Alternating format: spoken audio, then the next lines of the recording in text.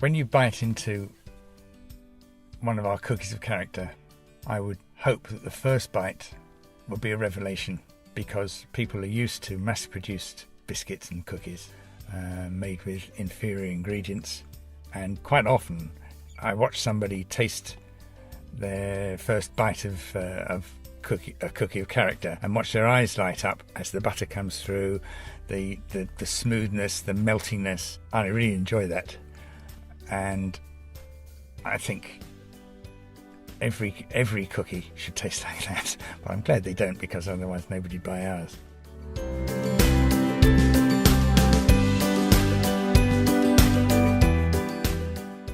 I'm Richard Grahamley, and I first came to Ireland in 1967 with my brother and a couple of friends for a holiday in a horse-drawn caravan. Loved it so much, I came back a few more times with my wife in the early 90s. She also fell in love with West Cork, and we liked it so much that we found an old farmhouse to buy. But we moved over in 1998, and I was doing a lot of work on the house. We did everything from new roof, new walls, new windows, everything. We ran out of money in 2003, and I needed to find something to do to not only finish the house, but to live. And started making some biscuits for Clonakilty Farmers Market. I'd been a chef in London. The biscuits sold, and we went from strength to strength.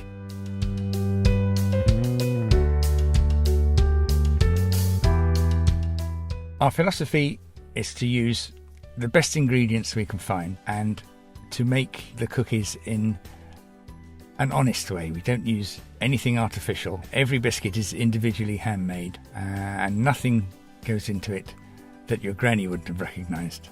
The white flour we use is unbleached. The rye flour and wholemeal flour we use in the crackers is grown in Ireland. It's milled in Ireland by small mills, stone ground, and I know that nothing has been put in that I wouldn't find in my cupboard at home. Unfortunately, the sugars we use aren't Irish anymore, but we do use the best we can find, and a lot of our sugar is actually unrefined, which gives it a really good nutty flavour. We're looking forward to the day when we can use Irish sugar again.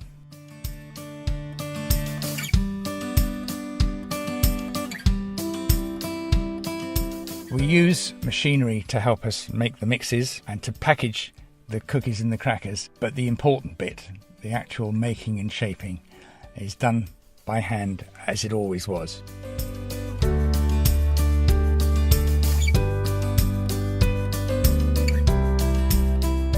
What do I look for in a biscuit?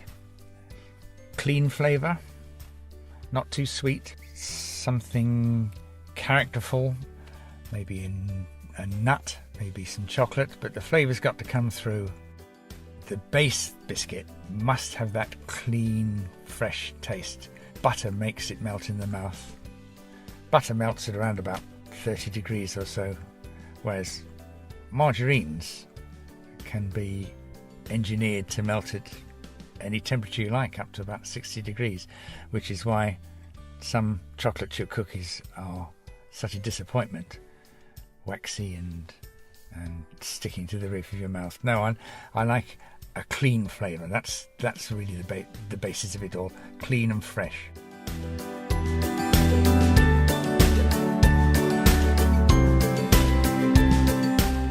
The recipes for the different sorts of biscuits. I started really by pinching a recipe from a book, but then tweaking it, making it better, putting my own stamp on it, trying to get the flavour that I want, the clean, honest flavour that I keep going on about.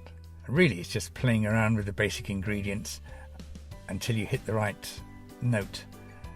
Sometimes it comes straight away, other times you have lots of false starts, and sometimes you really have to scrap everything and go back to your first recipe again and then take it off in a different direction.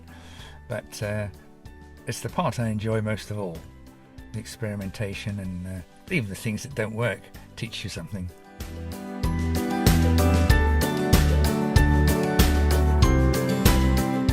When's the biscuit right? Sometimes it's a eureka moment, like with the oat and raisin, when you bite into it and think, oh yes, that's perfect. Other times, when we were playing around with the Sheridan's crackers, there were quite a few false starts there, but generally you know you've got it right. It suddenly jumps out at you, and so it could be something as easy as just another little pinch of salt or something like that. You know. It comes and tells you, here I am.